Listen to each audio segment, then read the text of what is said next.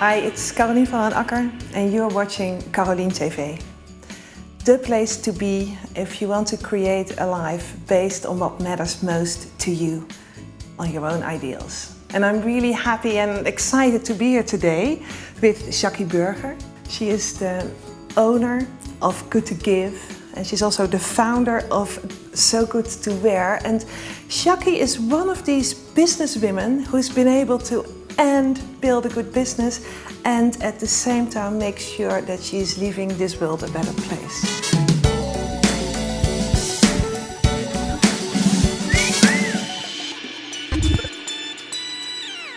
Has sustainability always been such an important part of your life? Nope, not at all. No.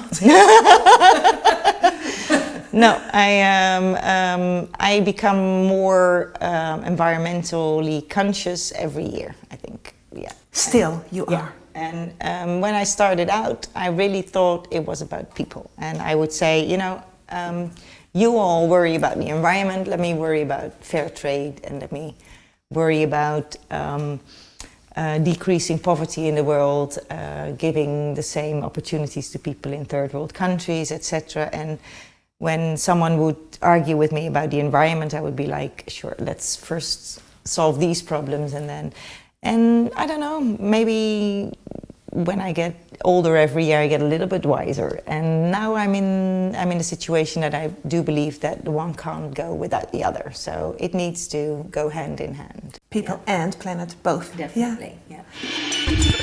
You were a child of deaf parents. Yes, they couldn't hear a thing. So I grew up speaking sign language, and as I grew a little bit older, I learned to speak Dutch. So when I was small, the deaf community was a very tight community, and I was asked a lot to accompany deaf people that got in trouble or had to go to see a doctor or anything else, to go with them and translate what the adults said. And so I had the same as all the little Turkish and Moroccan kids, that we had to go into hospitals and to courthouses and all kinds of interesting places when we were really small, translating stuff we didn't understand a word of, but just, so.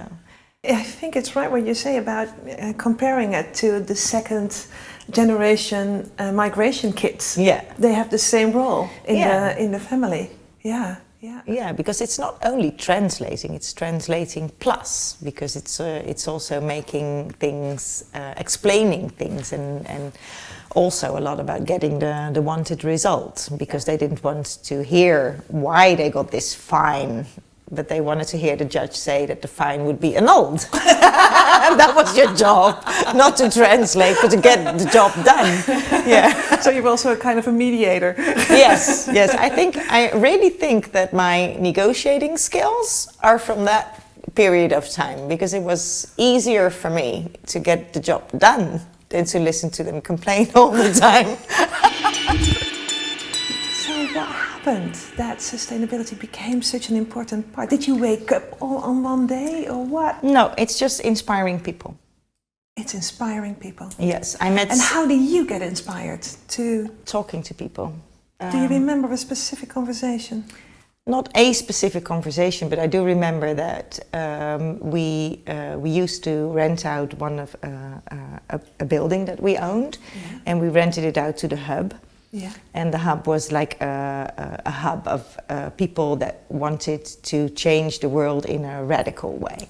Mm-hmm. And there was this hub filled with enthusiastic and inspiring people that were really trying to do something to radically change the situation in the world. And they were happy people. They were not like bombers or protesters, or they were doing it in a very inspiring way, just by acting and smiling about everybody's cynical comments and just go on. And that was so good to have them as our neighbors. And if I wanted to, then I could have an inspiring story every day. Is there one in particular that triggered you, or that you still think that I should hear as well, because it is such an inspiring story? One day we decided, because we've got 4 kids, and one day we decided to go show our kids the places in the world that have been really significant for us, that made us choose and made us make the choices that we made in our lives. So we went to the far west in Nepal, and in the far west in Nepal there are no tourists whatsoever. It's not a trekking area. It's not a place where you go to see, nice mountains but I'm telling you, it's the most beautiful place I've ever seen. So we got to visit the homes, and then we discovered the real story, because it was a tragedy. There were hardly any men there, because all the men were working in India or in Dubai and they signed contracts that made them pay for their travels, and so they wouldn't be coming back in the first 28 years, because that would take them that long to pay off their trip so only women in this area, and they were smiling and having fun, and it was all beautiful on the outside, but there was so much hurt on the inside, and it was all about not being seen. I think that's when Fons and I really decided that we have to bring work there. We have to bring work to the remote areas in Nepal. And I remember that we had lots of fun as well, because we stayed in this hotel, and the kids came to our room and they said, well, it's not that we want to complain or something, but I swear the mattress moves.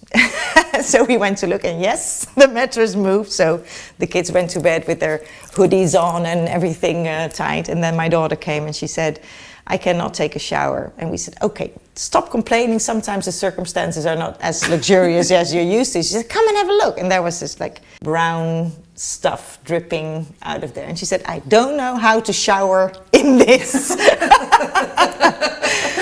And the children said, okay, we've learned our lessons. Can you please ask the guide for a little better hotel, a little bit more luxurious? And so we went in the car, and this guy said, how did you sleep in our best #1 star hotel in this region? So the children were like, okay, bummer. But Wi-Fi was great, so that made up for a lot. So we decided that we wanted to bring back the whole cashmere industry to Nepal, because goat herding is an ancient profession in Nepal. They know all about goat herding, and they do it very animal friendly as well. But now it's meat goats, and we want them to go to cashmere goats, because with a cashmere goat you can have a lot of more work generated from that. Yeah. Because a cashmere goat needs herding, it needs combing, which you can do by hand, and when you have combed it you can dehair it by hand, which is very profitable. You can, the wool that you have combed and dehaired, you can spin on a spinning wheel, and then you can dye it with natural dye, for instance. Yeah. And last year we introduced a new brand of cashmere basics, and it's called So Good to Wear. For us it's very important not only to have the clothing manufactured in this Fairtrade company in Kathmandu, but we want a whole... look at the entire chain. Yeah, we want a whole chain. Yeah. It's a huge plan. How do you then wake up the next day and think, so, what will be let's start with this? I think our secret is that we are both fearless and both panicking, but never in the same time. Don't panic simultaneously. That is it. I think that is our secret. That every time that I wake up and I go like, what have we done? This is, and he will go, oh, come on. We've had worse. Of course it's going to be fine. And so how do you know every day that you're putting your energy in the right project, that it's worthwhile to dedicate all your time to it? You don't. But if you don't start, nothing's going to happen for sure. So, I had lots of successes, and I also had some failures, but who remembers those? What counts is that you are on the right side. And it's not so much if you do it all right, or of course you're going to make lots of mistakes and have lots of fun. But we laugh a lot, and that's important. And do you sometimes kind of think, I should have never started this because it will never happen and I don't feel like it anymore? No. No? No, hasn't happened yet. Hasn't happened yet? No. You know, when you leave, when your project is done and you can leave it to other people to continue it, is that you've really had an impact, and that is for me, that keeps me going. The world is becoming better. You can see poverty decreasing, and economy in developing countries is growing. And if you can see that and see what impact it has on having your children fed, having your children going to school, having your children be able to make a future for themselves, it's, you know, I could double the effort if it was possible. Thank you, Jacqui, for sharing your story. You're welcome. And sharing with us what you're creating far away in Nepal, but that will have a ripple effect on the entire region. Well, thank you for granting me the opportunity to tell my story. And thank you for watching Carolien TV, the place to go. If you also feel inspired, just like Jacqui, to follow your dreams and to build your own professional life around the things that matter most to you. Visit carolienvandenakker.com if you are looking for more tips, tricks, inspiration, and well, just as we've learned, you just keep going, keep moving, and take the next step. Thank you so much. See you next time.